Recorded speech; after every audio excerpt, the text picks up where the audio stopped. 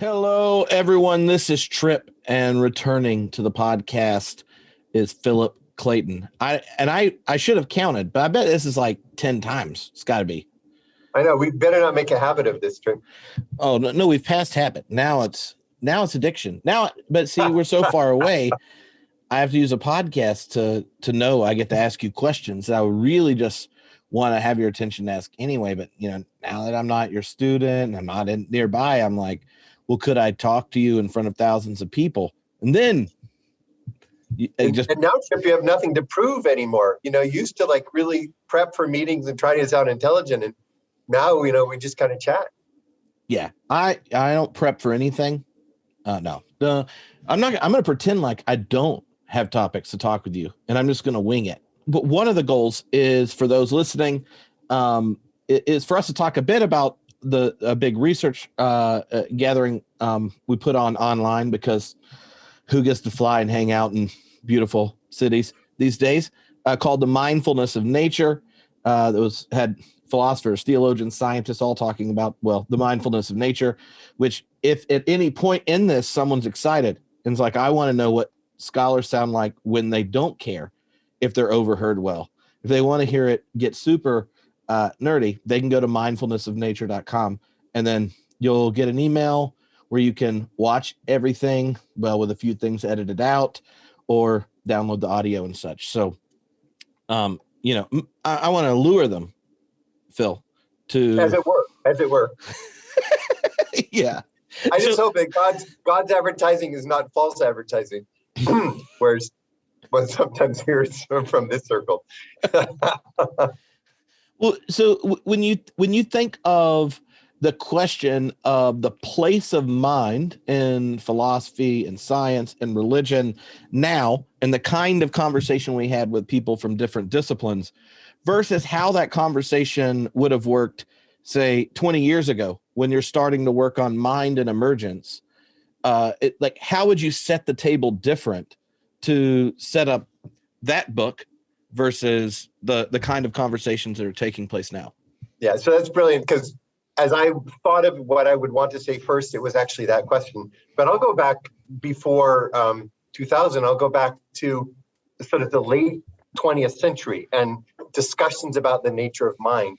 Mm-hmm. And I would say that it was such a taboo subject to say something metaphysically robust about mind, that it was as if the spirit of Gilbert Ryle, and I say that with all irony intended, from 1949, was still kind of filling the Ivy League philosophy departments. And I'll say something about it in a minute, and influencing the theology departments as well. So the idea that mind was the ghost in the machine, I mean, talk about a phrase that had a huge impact on half a century of philosophy, right? The ghost in the machine. And that justified so many people to act as if we knew that mind was a dead topic. No enlightened philosopher would take it seriously any longer.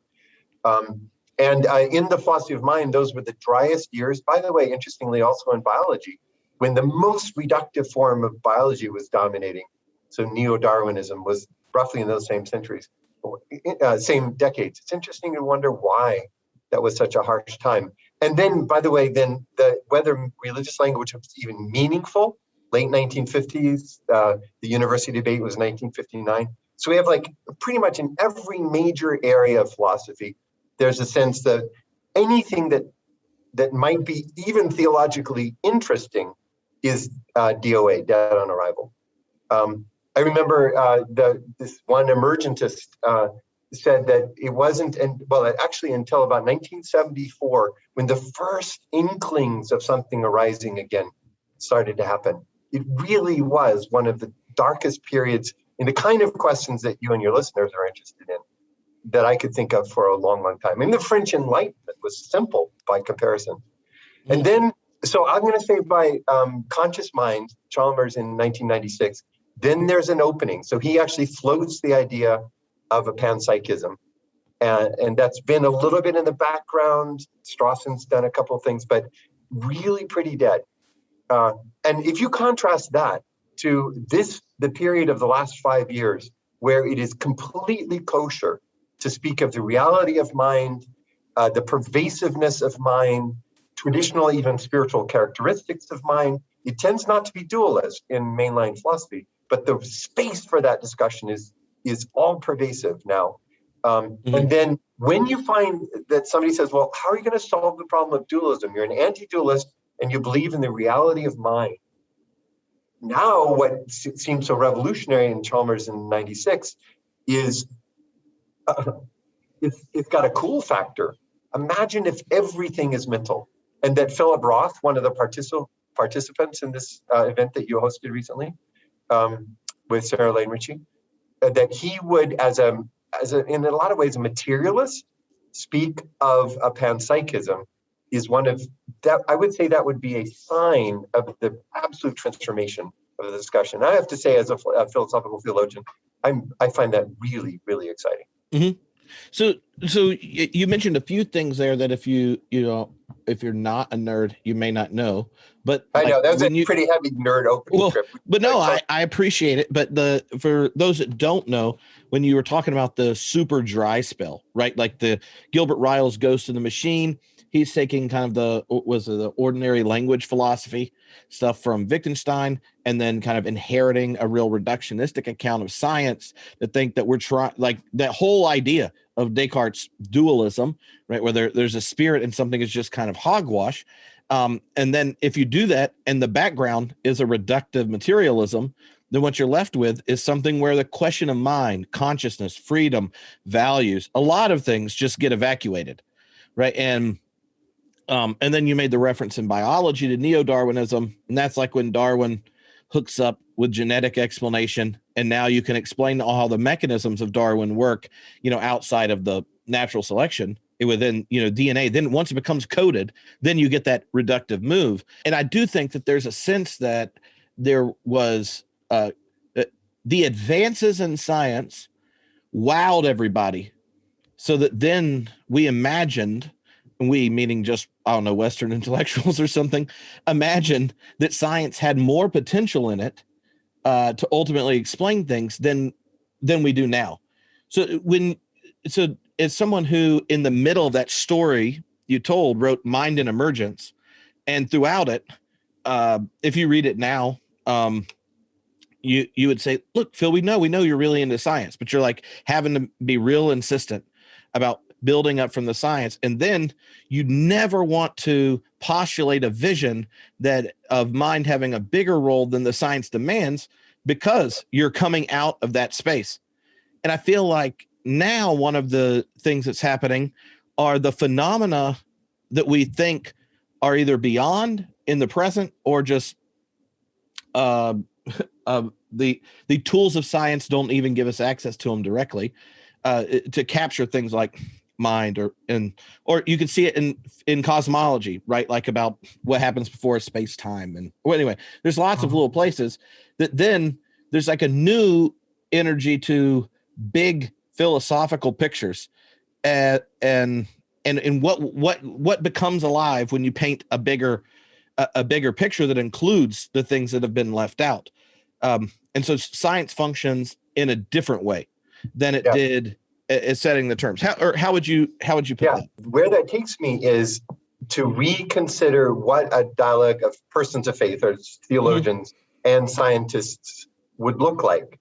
So there was a time when the theologian had to blush if any realistic term was brought in, every realistic reference to God or mind or anything like that. And then there was the period when I wrote Mind and Emergence, when there were some openings, and we were trying to sort of, the phalanx was attacking from the flank, seeing if we could get in some kind of opening for the kind of language that we would need for any kind of theology. And now, with this wide open climate, the difference is that there are so many prospects for the theologians, so many ways to interpret what the discussion might be, that we get beyond a methodological pluralism, we have a kind of chaos. And if I can just take the online events from the American Academy of Religion in November of 2020 during COVID, I'd have to say that there were so many options in multiple sessions that the participants couldn't even agree on a typology. Like, here are 6 major approaches. They couldn't even understand each other's positions in multiple sessions, because it's as if any kind of constraints on the dialogue disappeared. So positive side, huge opportunity for constructive reflection. But on this podcast some years ago, one, would sound slightly apologetic about pursuing is now the door's wide open. Come on in, right? It's like Southern hospitality. The flip side of it is we can't seem to find our bearings. And so every theologian has her or his particular stance. I'm solving puzzles. We can't even realize what is that not, let in and not let in. I'm a Thomist, and I see everything from that perspective. I'm thinking of mutual friends whom we can name later on. I'm an emergentist. I'm a panpsychist. I'm an evangelical. I'm a process thinker. And now, if you had just those 6 positions, you can't get the people in the room to say, okay, I know what you're saying if you're saying I'm coming to it from process. I know what you're saying if you're saying I'm coming to it all as theological puzzles. And that's the weird situation that we're in today that we weren't in 3 or 4 years ago. My experience of those conversations as someone whose initial interest in doing philosophical theology and philosophy of religion wasn't primarily science dialogue. There's a number of live positions that have just such bad answers to other philosophy of religion questions, like the problem of evil or religious pluralism, that I just have a hard time taking seriously the amount of work someone puts in to reconcile with science if their like Buddhist and Muslim neighbor are probably going to be offended by the level of Christian supremacy, like quaking through their deep commitments, or if like the whole thing is connected to coming up with some weird answer on divine action. So God can still be omnipotent, followed by like, when I ask questions, and this has happened on the podcast, well, no, I don't mean that by omnipotence. And I'm like, well, how many caveats do you get and still get cred for omnipotence, right? So one of the things that came up in the mindfulness of nature thing are how those from religious backgrounds have a multiplicity of locations, be it in the church or traditions, right? Where when it gets to the question of mind and divine action or something like that, most of us don't really have like omnipotent interventionist God as a live option, but that's just because we're like, God should be as nice as Jesus, and others have other commitments. And so that's a different issue in religion and science, how our answers to other theological questions impact how we would want to envision, right, divine action. The philosophy of science question, I guess, related to it is around how we relate to naturalism.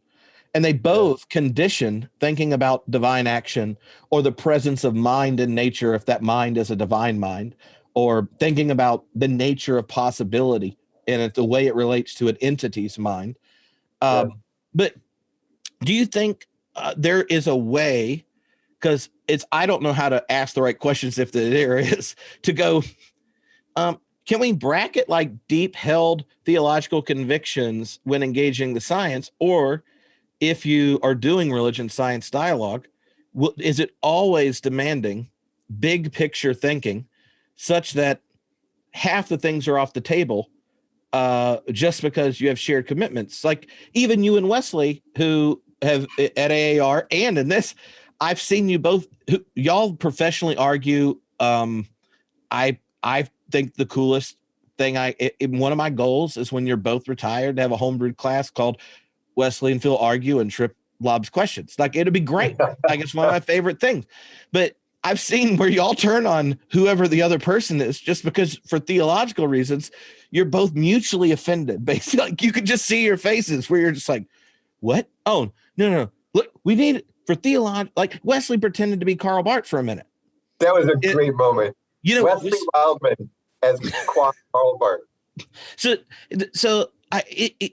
I feel like when we say religion science, you also need to say theology if you're being honest, or there needs to be a way of not doing it, because religion science dialogue really meant philosophical theologians interested in science in the first generation, or like Ponnenberg and friends. Then you get like Ian Barber and company, right? Where do you think that task is? Because I felt that come up in our session. I didn't know how to process it. Let's just go straight for the jugular. And instead of sort of politely arguing our way toward an outcome, I want to state what I think is open for people who share the conviction and the passion for ideas that I think you and I share, and to their credit, most of the homebrewed listeners. And that is, we are just intrinsically suspicious of dogmatism on either side. And we find a hypocrisy linked to dogmatism that just draws us away from it. And to think openly and to think big questions and to get lost in the ideas, find our rooting again somewhere, experience, values, church, whatever, non-church, post-church, and then to standing on our feet again, launch back into the abyss of the discussion. That's home base for us. That's where we live. It's what motivates us. It's what makes it exciting. And I want to say that the climate in these intellectual discussions that's evolved over the last 5 to 7 years is more congenial to the sort of big questions approach, the serious seeking for answers, where the one principle is we're not going to just tie our boat to some foundational rock and consider all questions settled and all the rest are puzzles. I would say that the topics that we're going to get into today are more congenial to that mindset than for decades of my career. That's why people are invited in. So let's just say we're going to look at the topic of the online event that you and Sarah Lane Ritchie did, the mindfulness of nature. That is huge. We can come to it from the nature side. We can come to it from the nature of mind. We can come to it from the question of theism, a God who is spirit. How might that parse in terms of natural world? We can come to it naturalism and supernaturalism, dualism and anti-dualism, what's knowable and non-knowable, experience, art, aesthetics, ethics, politics, pneumaterialism, right? Mm-hmm. And if we're willing to follow the big questions, we're invited into the heart of that discussion. That's what I hope our discussion will do today, is to look at some of the big questions that are raised by that topic that you and Sarah put on. Mm-hmm. So when you take up a big question as a scholar who works in and between multiple disciplines, something like, right, the mindfulness of nature, we had anthropologists, then you have a neuroscientist, you have developmental biologists, you have Jesuit process theologian to like Pentecostal analytic theologian. They're, the places you start from are varied, but underneath it, and I think you did a good job bringing a number of things together in our last conversation for those interested in articulating a more robust picture of mind that get there by intuitions connected to their philosophical view or their scientific inquiry. The question of mind is intimately connected to whatever the entity you're thinking of relationship to something, something in that is outside of itself, but also entangled in the process of its own becoming. Now, in Mind and Emergence, you articulate, I think it was 3 different features, and you're putting them at that earliest moment of life, and then want to argue for mind at that moment, and are arguing robustly against those that want to explain it away by either a weak kind of emergence or a reductive one. But you kind of bracket the conversation before that, because science doesn't have a spectrum of possibility that an entity demonstrates responsiveness to. If you could kind of, especially thinking of people not familiar with that kind of discussion, most people think, oh, I'm free, I have free will or whatever, something like that. And that means I'm thinking, and how does that that initial space in your work of mind and emergence and looking at the origins of mind and life, how would you tell that story as something really important in the public discourse for those invested in the reality of mind, the character that's demonstrated in will, and especially for those that are religious that think that in our action we can be participating and cooperating with, God, love, or whatever. Yeah. So let's imagine that we have a room full of people and many of them are hostile to this project. And I would say, look, the one thing that we share in this room, some of you are strong theists and some are strong atheists, but the one thing we share is the experience of having mental experience. Mm-hmm. We have qualia, we have these individual, experiences of seeing red or feeling anger or, feeling grass between your toes or something like that. So let's pause and think about the various ways that we experience the world, subjectivity as human beings. Let's do phenomenology. Let's just pause and pay attention to the types of experience that we actually have. And so we do this for a while, and it turns out that a lot of us are nodding our heads and saying the same kind of things. And so I'll say, let's just, for the sake of discussion, call that the experience of mind, of having a mental life, embodied life, and experiential life on this planet, right? And then shouldn't that open up, like from that midpoint, as it were, two arcs that move outward?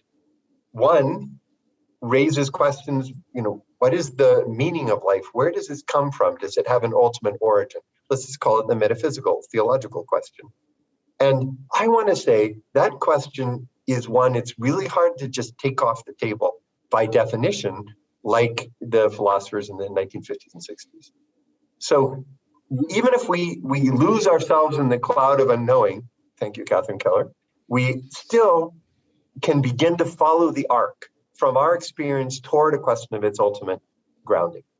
On the other hand, we want to follow it backward. So now I turn toward the scientists in the room, and we move backward across evolutionary history.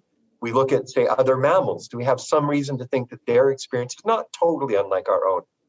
Yeah, we think so. Whether it's our dog's eyes or the pictures of the chimpanzees that Jane Goodall is interacting with. Kudos, by the way, that she just won the Templeton Prize, maybe the most popular prize winner in a long time. And then on back, more and more simple organisms. Is there a kind of proto-mind in an organism with a simple centralized nervous system? So even a small reptilian brain, no frontal cortex like ours, but at least some central processing unit. There's something analogous, yeah. What if we go back? How far back could we go before it feels like we just fall into an abyss? There's just a break. And it's always seemed to me, and I think to a number of biologists, that if you move back through, you can say of the most simple organism, a single-celled organism, that it has in a proto feature, in a kind of preliminary way, many of the things that over the billion years of evolution produced human beings. But after that, now you have just electrons and protons, neutrons, physical chemistry, fundamental physics, quantum physics. Mm-hmm. We don't have anything analogous. So it seems to me that might be a place where we would say, okay, let's stop the mind language there, not extend it backward, and let's extend the mind language toward the theological until we run the limits of what we can know. That would be the intuition behind the position that I defend in this whole debate. Mm-hmm. We'll make it more complex in a moment, but I think you wanted us just to have an orientation point. Yeah, so in one sense, there's an internal and an external kind of, I guess, path to the questions of mind in a more robust way.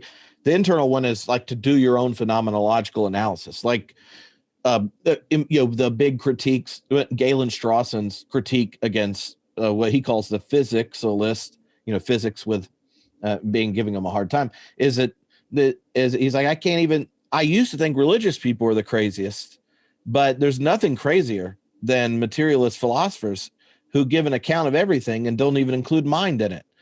And they're thinking beings doing this whole thing, and so he's like, if you're going to give an account of the world, then it has to include your own consciousness, that phenomenological experience. If that's like the internal path, And the external one is one where you're helping with scientists, looking at the objective world using the tools we have, and we can see, patterns all the way to the most basic biological entities, where it demonstrates principles that you could see building over time in more complex entities to what we experience in our own consciousness.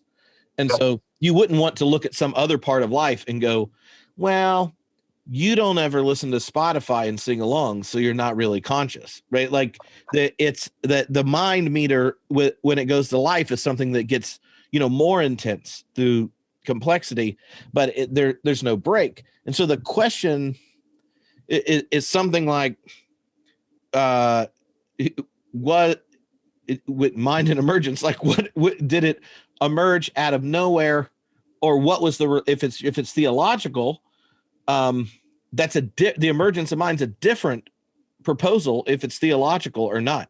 Because if in an atheist context, the emergence of something new, where the principle of possibility is not mind-like, right? Like, so the possibilities in any event are not mind-like, ordered towards value in some way, then you get the emergence of mind is much more fluke-like than if the structuring principles that eventually in our cosmic journey create the conditions for responsive entities at biological life, then that emergence would cohere with the primordial mind of the divine in a way that in an atheist context it doesn't. Is that? Yeah. So we can put it really simply. If you start from a purely physicalist science perspective, then the emergence of mind will be absurd. It will be just, what the hell is this doing there all of a sudden? And then you're inclined to say, well, then it's not really something different. It looks like mind, it looks like soul, spirit, whatever, but these are just really complicated physical processes that pull the wool over our eyes, and we think mentality is real. On the other hand, if you begin with a view that at the in the beginning, God, a spirit, a mental being, did these things, then when you begin to have part of the creation that seems to hold similar properties as the creator, you will use the expression imago Dei. Now the image of God is manifest. Now the reality of mentality is clear.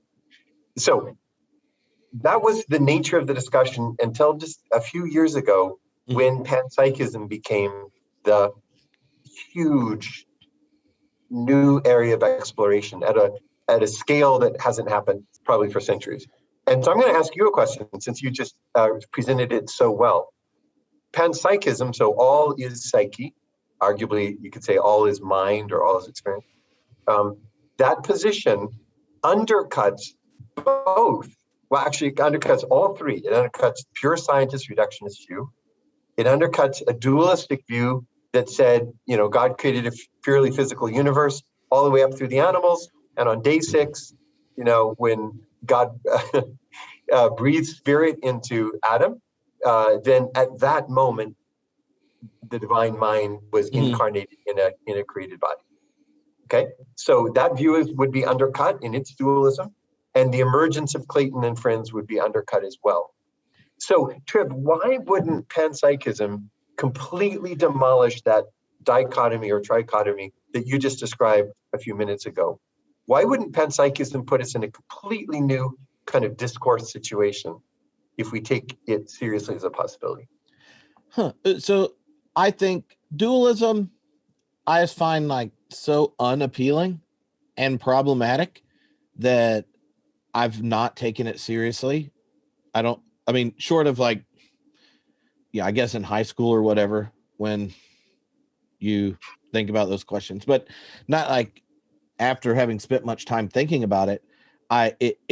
Dualism makes no sense to me for a lot of reasons. But first, it was just divine power, right? It is androcentric, and I also think it's not even good Christian theology. Dualism isn't. So, like, even if you give the example, like the breathing spirit into mind, or breathing spirit into Adam, but then what does Adam do? The very next thing is he engages creation in the process of naming. Right. Like, so God gives him the task of knowing creation intimately and then what is language doing? It's creating the terms of Adam's relationship to the world.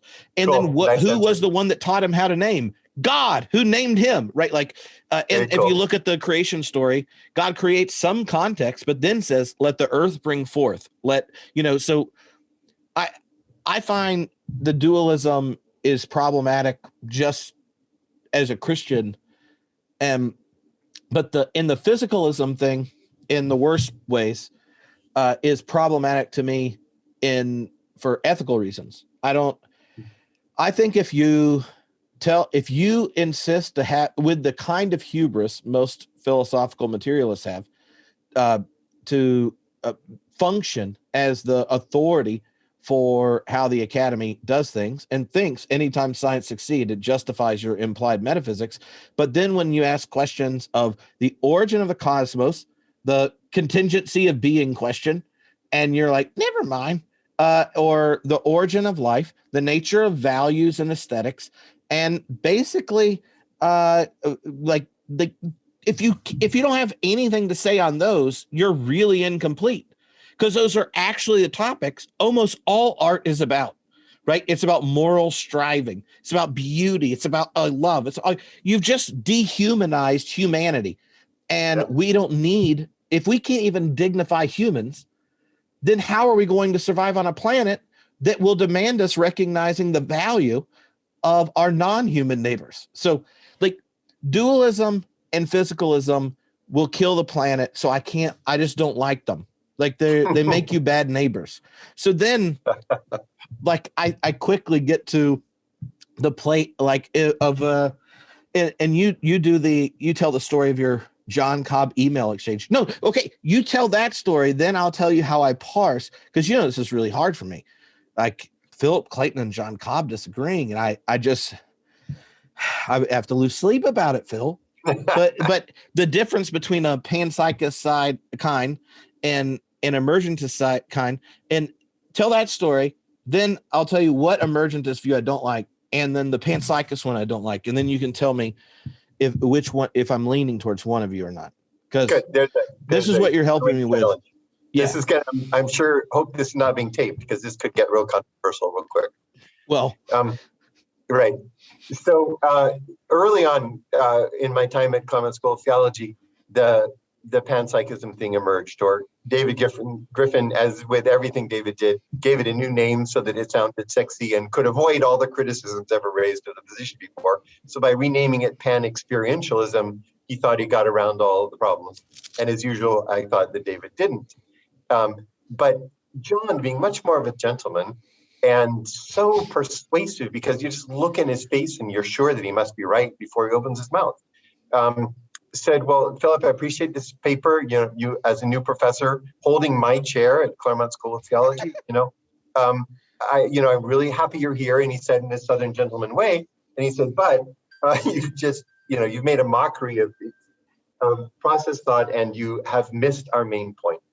And I said, oh, John, what would that be? And he said, well, as an emergentist, you say that there's some time when mental states didn't exist, and another time when they did. So now I'm going to put it in harsher terms, just so we can make this interesting. You hold the absurd position that there are physical states, and they come to a certain combination and complexity, and all of a sudden, there's something there that was not present before. So you had, speaking of it metaphysically, you had a metaphysics of purely physical states. And then as of some point, for self-reproducing cell or whatever it might be, now you've got mind is a metaphysical, or mental experience is a metaphysically real part of the world. But there's no way that you can get something from nothing out of a physical state. So there's just no way that emergentism can be true. You can say that the mentality wasn't expressed, it wasn't visible, it couldn't be traced. You can say anything you want about it being unmeasurable, but you can't say that at one point it wasn't there and the next point it was. And to make you even more uncomfortable, Tripp, if you're a Whiteheadian, that is probably the only answer. If you accept the fundamental principles at the beginning of process reality, then you can't get a brand new metaphysical principle in the midst of your, what Whitehead calls your cosmology. So for Cobb, emergentism was dead on arrival. What should we say? I always say that there's a connection between a Christian theologian who uses a process metaphysics and how they do it, pan-experientialism. That's one option. The strong emergence or pan-proto-psychism style, the mind from nowhere issue is less a problem if you have creation out of nothing, because and I think it'd be helpful, just given how many people complain at me about this issue on a consistent basis, of it, not a lot of people in the UK are very familiar with process people. And I'm pretty sure there was this one article an evangelical wrote in the 70s they've all read, which is really bad. And then they quote like half of Whitehead phrases. I'm like, that's not, you didn't even quote the whole thing. Anyway.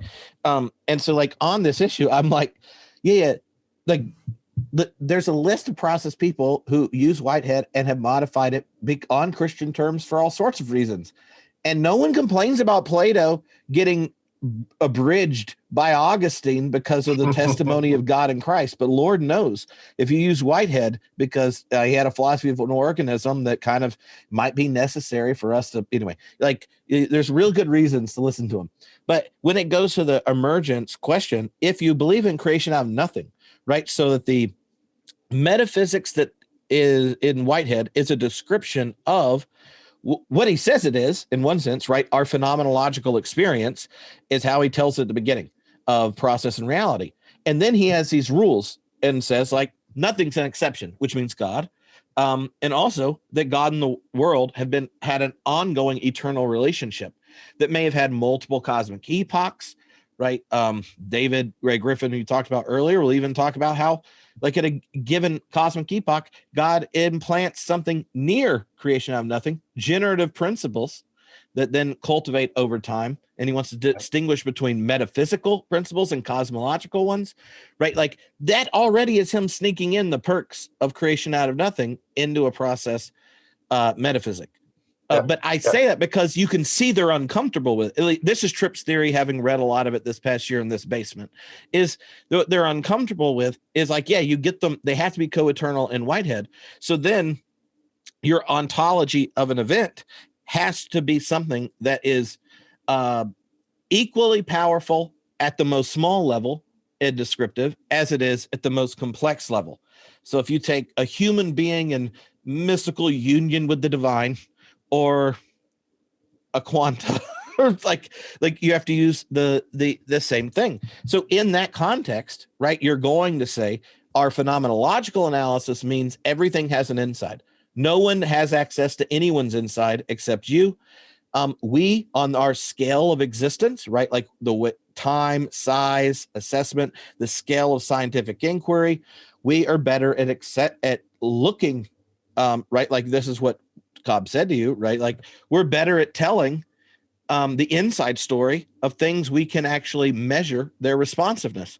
But there are plenty of things that have inside stories we didn't know till we had scale. Insert story about a forest, right? Like, so there are lots of things you could do. And I think that would be the argument, but it's connected to a deep desire to say everything has an inside and an outside.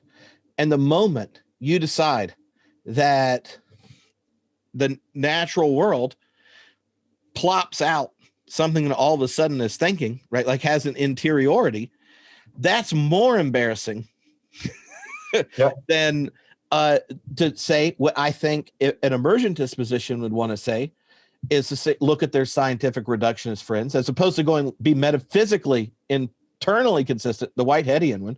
The emergentist would say, look, if you're going to acknowledge mind and you're going to end up giving an account of the world where there's things like values and beauty and stuff in it, you're scared that means you have to be a dualist. I'm just saying, as a theologian, I'm comfortable with there not being a mind the whole time in every little thing. You don't have to put eyes on a quanta to give it, like, something to see so it has an interiority. You can't just come up with metaphysical just so stories to explain away the cosmos' deep desire to see and be seen and to know and to be known and to love and to love. So what is more probable, right? Like it becomes a cosmological question, I think, for more of an emergentist position, because it's about the initial instance of our space-time being such that conscious life emerges, and the experience of conscious life cultivates greater reciprocity and community and stuff like that for thriving. So I think you just said on the air, don't you dare edit this part out, that you're going to go with a rich emergentist position rather than a strict process view. And if you say yes, then I'm going to restate what I think you and I share in common and let you and the listeners hear if it's working and pause.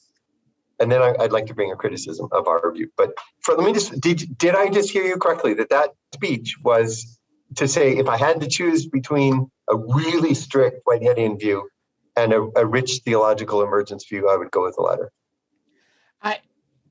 I changed my mind a lot, Phil. This is can I tell you why, the thing that's real interesting to me about this is, and it actually came up in the mindfulness of nature thing. A number of people are like, well, if the mental and physical are these two sides of one monist, right, account of reality, but the account of explanation of it is just about the physical side, then what is the mental side even doing? And so one of the questions in panpsychism is, does the mental do anything? And I know panpsychists say no, really, and then ones that will say yes. The process ones obviously will end up saying yes, even the process atheist ones, which makes it even more fun. But Lee Smolin, is that how you say his name? The physicist? Yep. So he got in an argument recently with Stanford physicist. Oh, I can't remember his name. He writes lots of popular physics books and has a really big physics podcast, and he had him on. And apparently, they were a part of a conference that then the consciousness came up as physicists, to which his pushback to Lee was, who's very Whitehead friendly, at least not like temporality is real and things like that. Well, Lee says at the end, he goes, you pushed me and said, well, what is the point of being a panpsychist if the mental aspect of reality doesn't do anything?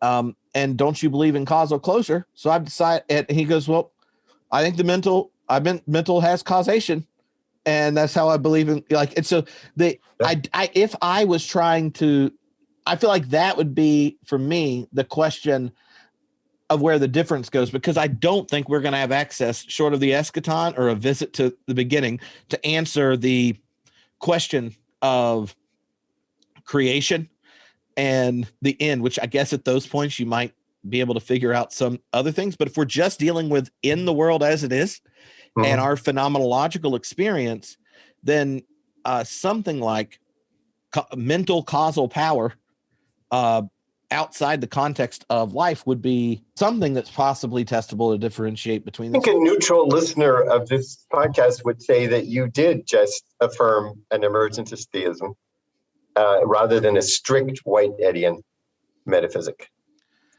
So can I guess a yes for now? And can I then? No, I don't want to derail what this trajectory on. You look excited about it, and so I really am. So it's like a moment that will go down in history. We're going to have the time code right now and flash it on the screen. So here's the position that we hold. We oppose a very strict doctrinaire Whiteheadian, whose position we might say is consistent. Whatever the metaphysical principles of the world, they're Whiteheadian and they're true from the beginning of this cosmological epoch, and they never change. And that's probably a view that's impossible to falsify, because it's set up the principles and it just stays in the strictest, without exception, presentation, and of absolutely orthodox Whiteheadian. All right, there are very few of them, but we could find a few. And then our first criticism, but we know most of them. Yeah, right. It's true. Our first criticism is to say there's hardly a process theologian that actually fits in that category, and maybe none. So Cobb has God is an exception to the metaphysical principles. That's not allowed according to the beginning of process reality, because God is an eternal concrescence. Griffin says God is a series of actual occasions, but also breaks certain rules. So God has some qualities that other actual occasions don't have. So for us, it's not, we don't find examples of a purely consistent Whiteheadian view. So we say, okay, guys, maybe what we need then is a view of the world where genuine novelty happens. And then I would say that our view is consistent all the way through. So the beginning of the world, if it comes not from a more ancient world, but as itself a kind of a creation out of nothing, there's obviously a huge novelty. Then that is physical for some 4 billion years, or 13.72 if that's age of the universe. So, until, let's imagine life is only on this planet. That seems unlikely to me, but if that were true, then until about 1 billion years ago, so 12.72 billion years, there's nothing. And then there's an emergent as life for the first time, self-reproducing cells that, as Stuart Kauffman says, are out to earn a living in the world. No carbon atom or hydrogen atom is out to earn a living. It interacts. But when a species ceases to exist, something that was real in the world doesn't exist anymore. And the drive for self-preservation, the drive for experience, the drive to reproduce is basic to this picture. And then at some point, the nascent mentality, the non-self-conscious mentality of simple organisms begins to issue into an organism that can be aware of its self-thinking, that can, as we well know, self-criticize and self-reflect all the way through. And that maybe is yet another kind of major emergent. And if, as the Christian tradition says, there's some telos of the universe, that's yet another emergent. So for us as emergentist theists, we have a very different view of the history of the universe, with new things happening that weren't already present, actually present at earlier stages. And I would say that sounds like a really compelling view. Let me pause there and see if that's the view I'm trying to have you admit that you would endorse, at least for this minute. Yeah, no, I think that's helpful, and here's been my experience showing up at UK related things.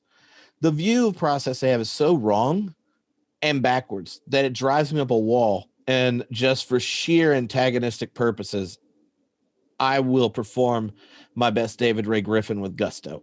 So, and here's why, right? What you just described is something like how even what they would name as like the most orthodox for process style theologians have actually modified Whitehead's metaphysics for real reasons connected to what? The fact they're Christian theologians. Like a Christian I'm not saying everyone should be one. I'm just saying that a Christian theologian says whatever the hell the ultimate is was in some way, even Bultmann, like in the most existential way, defined by an encounter with Jesus as the Christ. Like that's like a rather, I would say, even more robust than that, of course. But like if you're doing that, and then you find a particular metaphysic beautiful, compelling, you could even say that the whole freaking fifth part of process and reality is like a philosophical invitation to walk the aisle for an image of God that resonates with the cross. Like process altar call, Tripp. Yeah. So if you're in that situation and you were to gauge how much effort you have to do to get process philosophy to be compatible with the character and testimony to God in the biblical scriptures versus Aristotle or Plato, this is what drives me up a wall. Yeah, if I'm like, oh, I disagree with this part, or I'm going to switch this, they're like, see, you're not really a real process theologian. And then they're like, well, I'm a Thomist. Well, what's that? Well, he's really into Aristotle. And then you ask them about basic modifications they make to what's seeming to be straightforward testimony, the people of Israel. And I'm like, it sounds like you put more effort.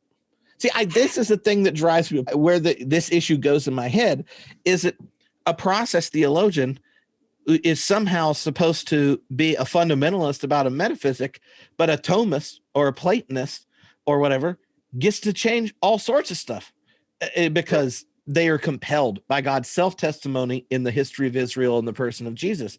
And I don't know why a Christian theologian that finds Whitehead more compelling and much more promising, given the challenges we face as a species on this particular planet, like, what's wrong with modifying things based on deep-held commitments, or that perhaps the metaphysic is better descriptive at the biological account of biological phenomena than for a quark, which who the hell knows how you talk about a phenomenology of a quark? I don't know. I don't even know what it's like to be a bat.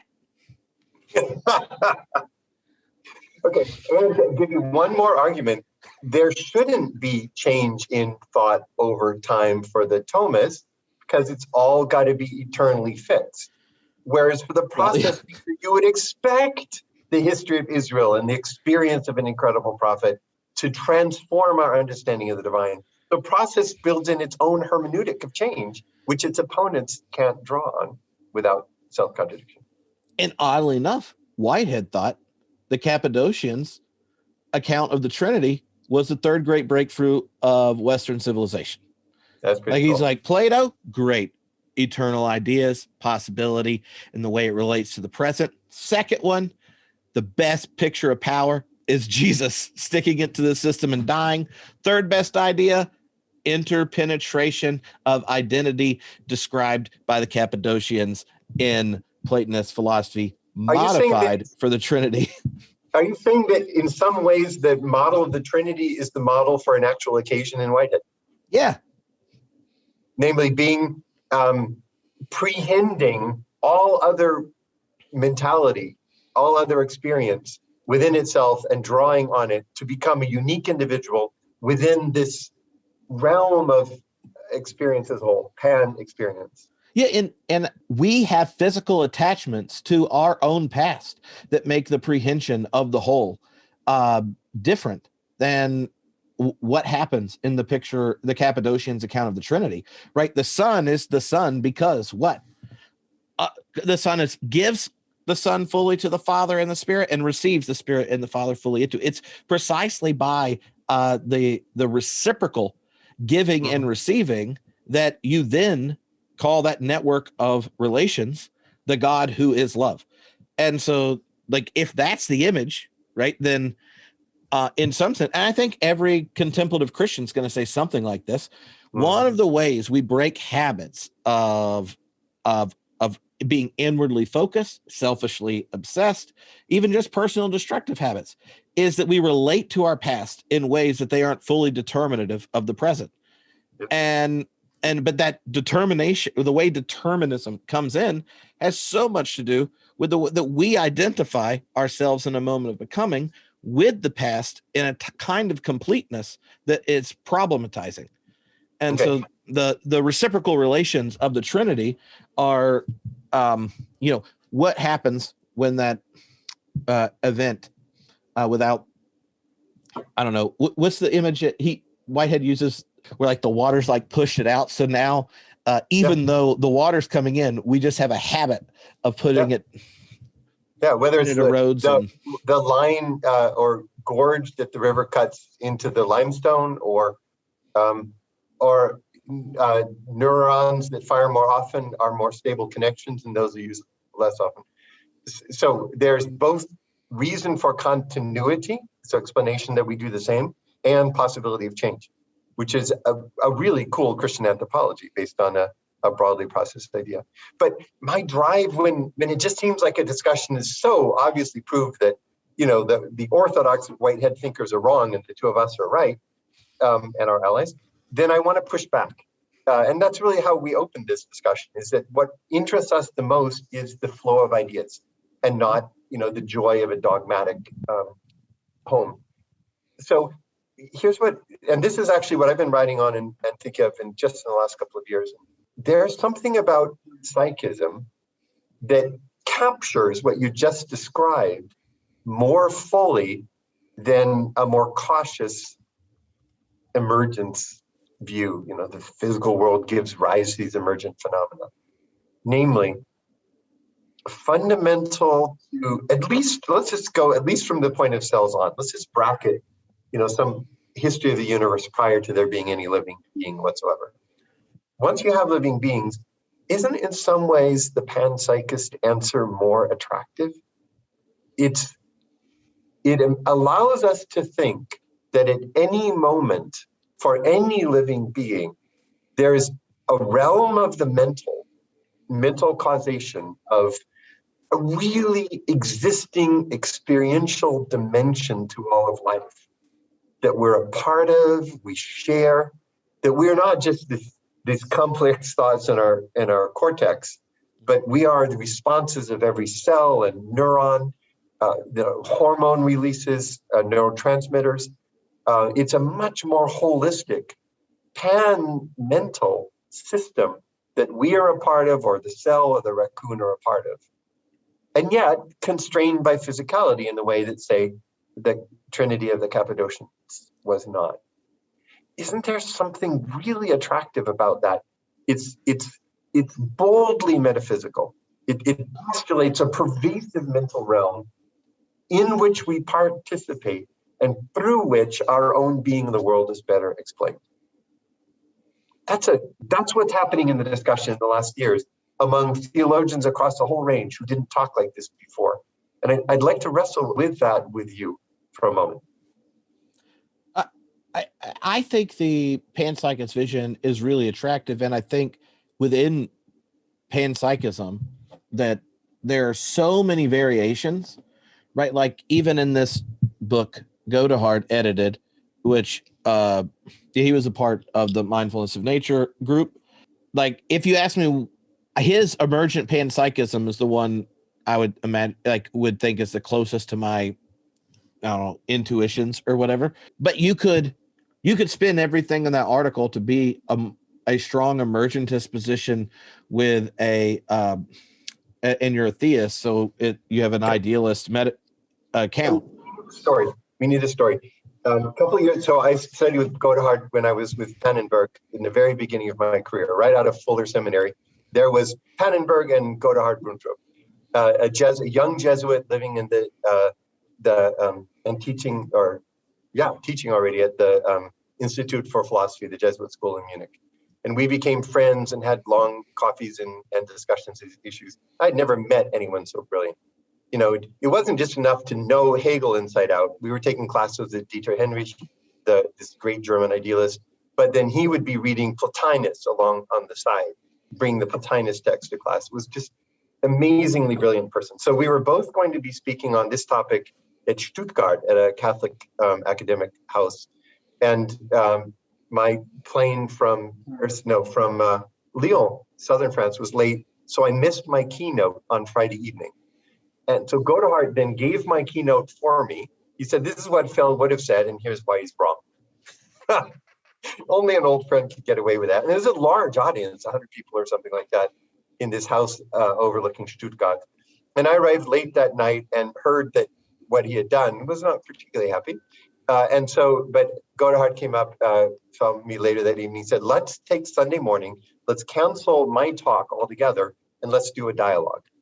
And in German, because the audience is German, so you'll have a disadvantage, but that's okay. You can do this. So we had an hour and a half debate on the Sunday morning of this conference in Stuttgart, and this picks up on exactly what you just said. Our positions were so close, and yet not identical. So for him, it was a panpsychism that had room for different manifestations of the mental. Times when it's not manifested and times that it is. My position is called proto-panpsychism, which says that the mental exists as potential earlier on, or it exists in a preliminary state. It has the possibility to be expressed, but it's not yet actually expressed as mental. Now, I'll just stop right there. If you hear those two descriptions, wouldn't you say, hey, that sounds like you guys are saying the same thing? And yet Godehard's position is strictly panpsychist, And my position is strictly not panpsychist. Okay, And so I'd like you to be the arbiter, Tripp. If you can resolve it once and for all, we'll just call him up.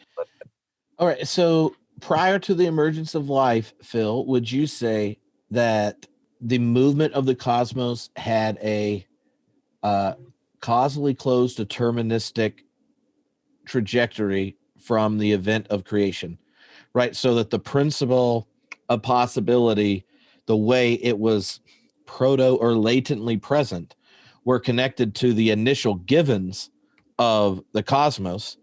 And so, and for Godehard, he's going to say, like, there is an interiority to everything that gets more complex over time, but you would not, he would hear, and this is how I have heard it because I've hung out with you a lot. Like, I always go like, yeah, but is he really just like a determinist till there's life? Because if you restart it at the Big Bang, is it all the same until there's a single cell? Right?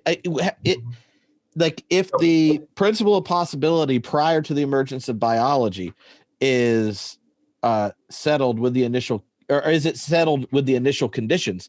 So in some sense, the mind of God prior to, if you're thinking theologically, the mind of God prior to the emergence of life is namely conditions that life would emerge, creating the conditions that life would emerge eventually in this process. And that's when creation's able to, hear the call, lure, or respond to evaluative possibilities. So I don't need, almost everything you say is right, but I don't need the word determinist. So I would say that God created the universe with a divine intent that it would manifest realities, finite realities that are like their divine creator. And for me in Christology, eventually that would come to recognize God in Christ and fuse with that spirit of Christ. So for me, it does have a theological ending to it. The starting point from the creation is a being that is most definitely mental, creates a physical universe with intentions, a tendency toward the emergence of newness. And the whole history of that physical universe is constant emergence. But we don't have to call it deterministic. The rules of quantum physics are indeterministic. So the tools that God worked with were indeterministic tools. Why would we want to say that the whole thing was predetermined in some, Calvinistic sense? I was only thinking, you asked me like what I would think the distinction is, that for a process person, the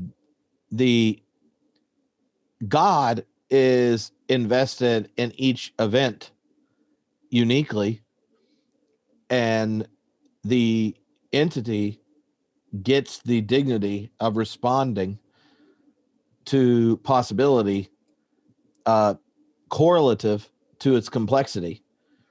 And part of the dignity of creation then, from a process perspective, is being eliminated if that doesn't get brought all the way down. What happens is we have a period where the objects are responding consistent with their complexity, but one does not need the word mental. One can throw it in. You can say, well, God create, and this is it. Now, this is actually the point. You can say, well, God, a mental, spiritual being, created this with intentions. Those intentions are being manifested. So we don't want to say it's a complete absence of mentality. Yet mentality doesn't add to the explanation of anything in physical chemistry, let's say, prior to the existence of life. And yet, because it will, we hope it will, it was intended that it would manifest as mental at some point, we're going to call it a kind of proto-panpsychism. It's such that the designed telos is that at some point they'll become complex enough that mentality will become a part of their existence, and they will have experience that was not present in chemicals. And And I think one of the reasons the, pan-proto type of panpsychism is more compelling than even some theological panpsychisms that don't even get near process is because your answer in thinking about the problem of evil is such that you ask the question, how do we get to a situation where somebody's will fuses with the divine, right? Like the person of Jesus or the Christian or the Buddha, whatever, right? Where this is potentially possible. And yet for the emergence of life was a very, very long story. Yeah. So like once you extend the timeline a whole bunch, and then your theology and your philosophy don't change for the fact that something that correlates to the divine desire, like what about God meant that God didn't just create out of nothing and start off with life somewhere. What's being gained by that?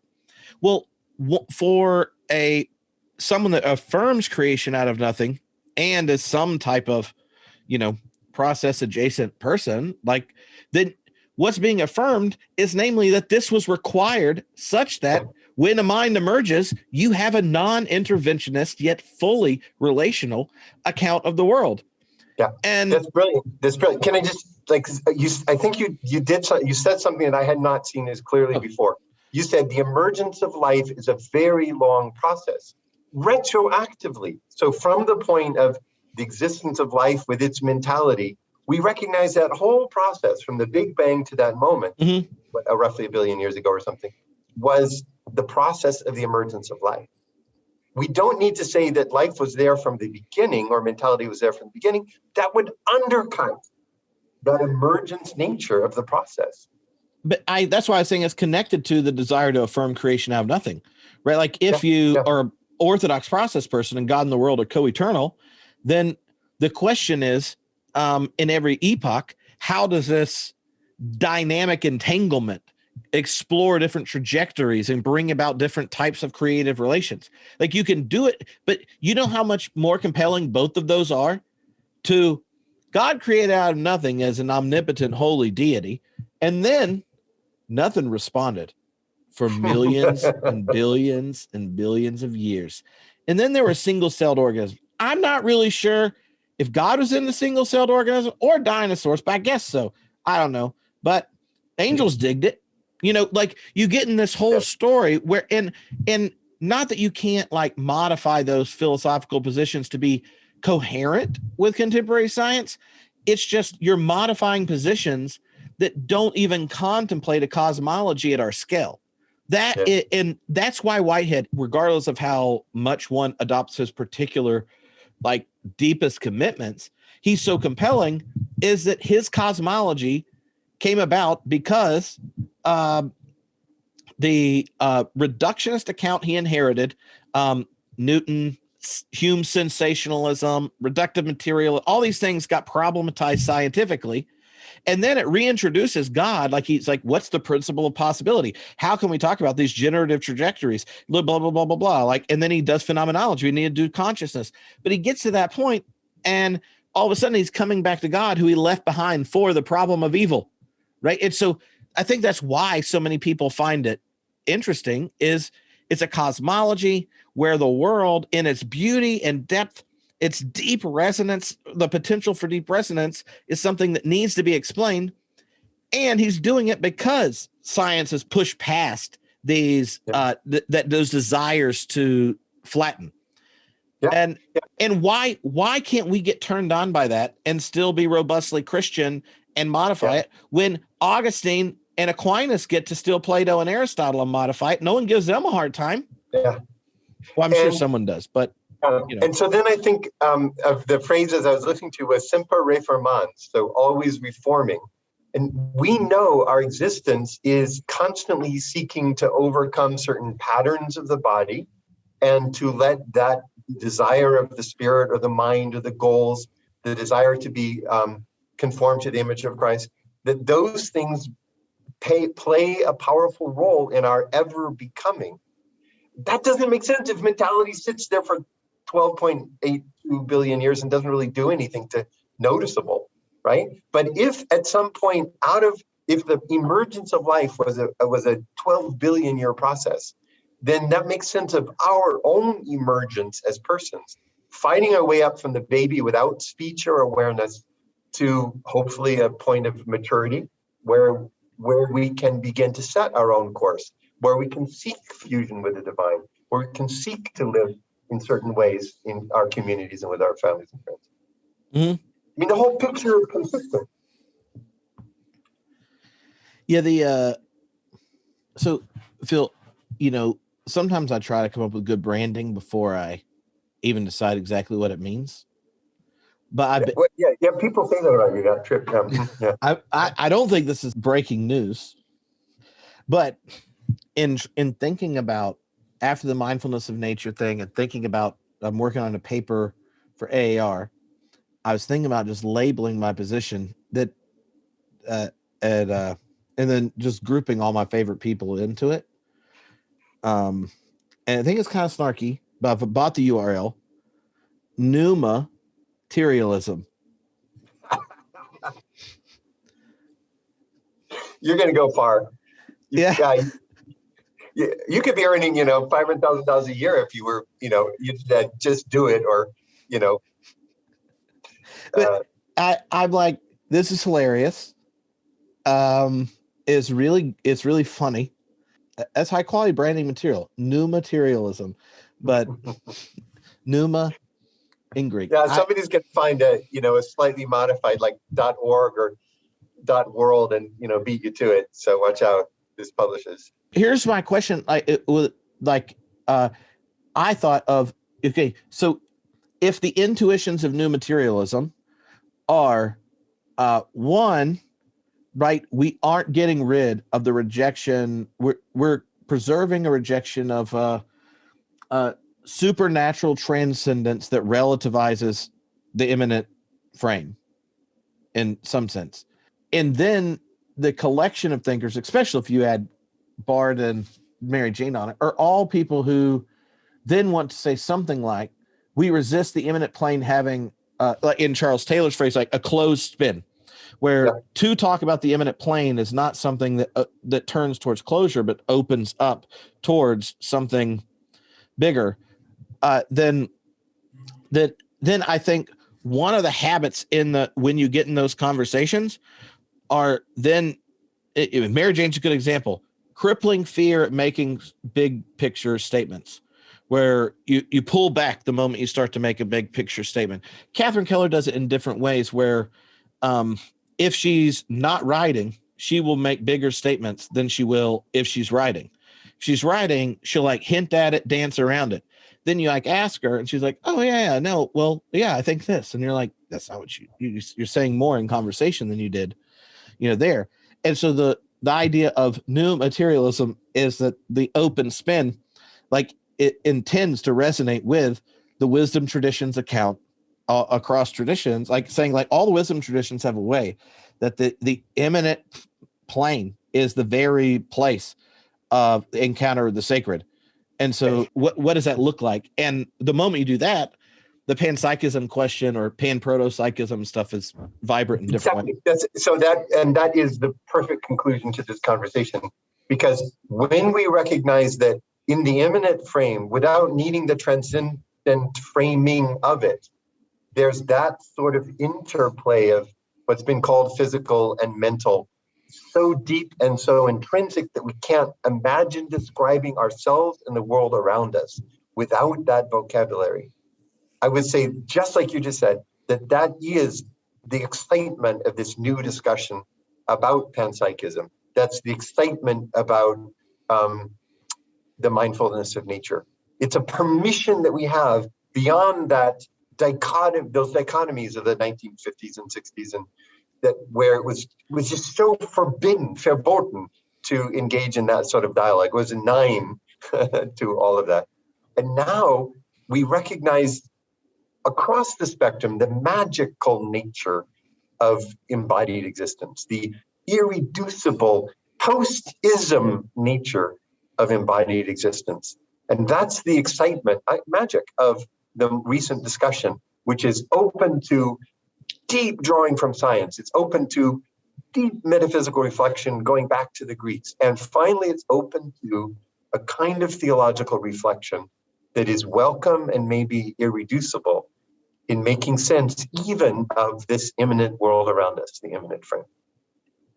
Mm-hmm. So one of the questions that got sent in, I think, would be a perfect closing one, because it really connects with that. All right. Next time Phil's on, I would love for you two to explain how your shared positions around philosophy of mind, panpsychism, process type things significantly impact the way you see the future for Christian theology. Like, I get really into it when you talk about it. It seems persuasive, but then I don't really hang out with lots of people like this, and I'm trying to figure out the changing nature of my own faith. So, like, what kind of guardrails or creative intuitions do your shared deep commitments make when you start to think through the big questions Christians have been asking forever again? That is a great question. That's a great question, a great closing question. Let's go back and forth a couple times, because I think volleying the ball over the net would be fun.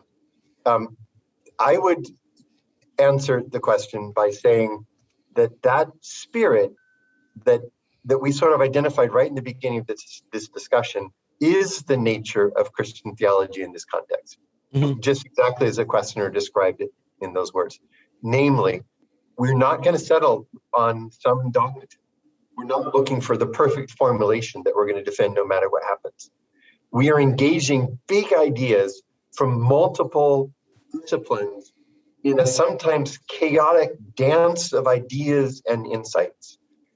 Science, philosophy, metaphysics, philosophy of mind, and the whole range of theological discussions for us, both Christian, but also reflections coming from other traditions as well.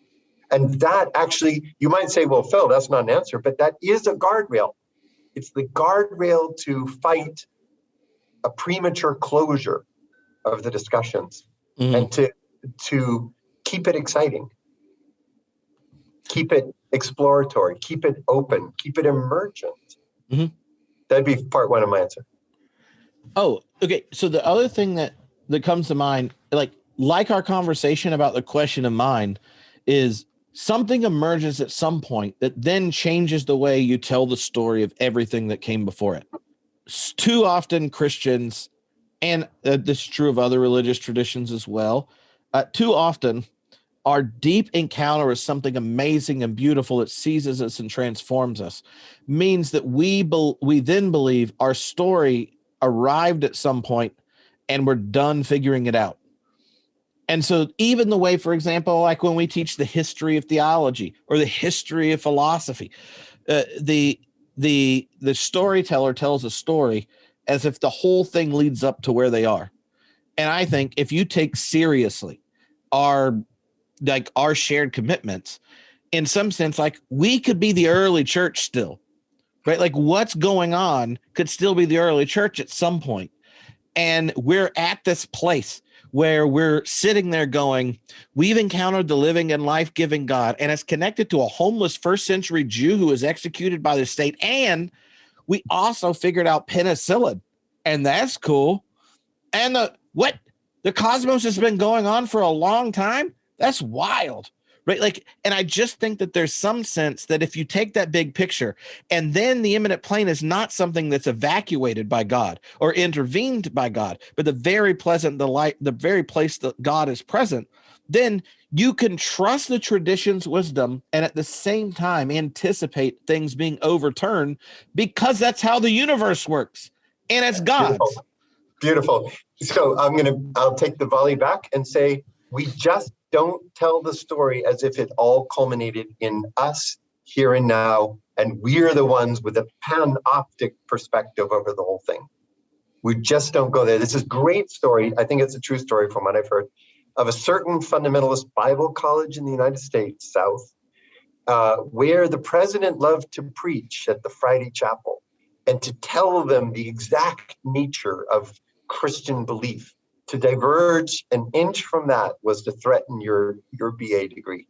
And one Friday morning, actually it was a Thursday night, the students, I happen to have some direct knowledge of this, I won't say how, the students placed a huge banner tied up behind the place where the president would stand on the huge stage. You couldn't see it because of the curtains, right?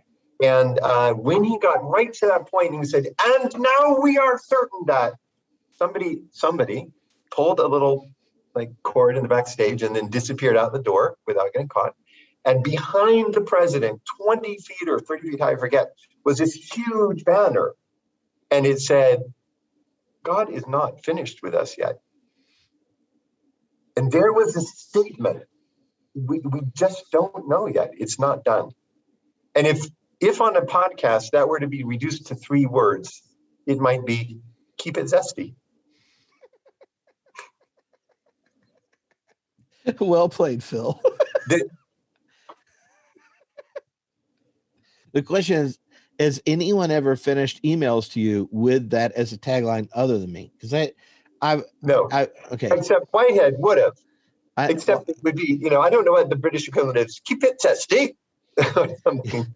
But just in Whitehead, in Aims of Ideas, is the idea that the process is not completed. And the premature closure is, I love this one, is an anti-Christological move. Mm-hmm. In a process of nature coming to be conformed to the images of its creator over how many billions of years, to claim that we would know is the greatest heresy of all. That's my answer to your listener. The greatest heresy is to do these kinds of conversations. And that, if you think about it, really is a guardrail. Because on our right with theological conservatives, on our left with scientific reductionists, they claim to know exactly where the edge of the road is. And we are kept in the space of exploration and zest by the fact that we say, God isn't done yet, and we don't know. And that keeps us in a dialogue that they prematurely close up. Oh, I think, that knowledge line, I think is really important. And there's, especially if the person's coming from a more conservative context, I feel like there's often a collapse between knowing and being known. And I think one of the gifts of any type of emergentist, panentheist process type perspective, or most of the contemplative traditions, is that to be known is something that one can rest in. And that doesn't entail knowing the one who knows you. And a lot of times in more cerebral or reductive accounts of Christianity, it's something like to know God with certainty is required for being known by God. And that's just not the case. If you have a few really good friends of multiple religious traditions, it can fix that a lot easier than undoing all the theological weight. But I do think a lot of people immediately distance themselves from their ongoing experience of the divine, because all of a sudden they have questions and doubts. And I think one of the things you could say as a pneumaterialist is like you are always being known and loved and invited into the divine life, regardless of how better or worse your ideas about God or something are. To be known is not the same as to know, and good, which is good, which is good news. Yeah. So I almost think that we could sum up this conversation with the words, for we know in part and we prophesy in part, but when the perfect comes, then what's the part shall be done away with. Now we see through a glass darkly, but then face to face. Now I know in part, but then shall I know, even as also I am known. And then we'll find out John Cobb was right. So until then.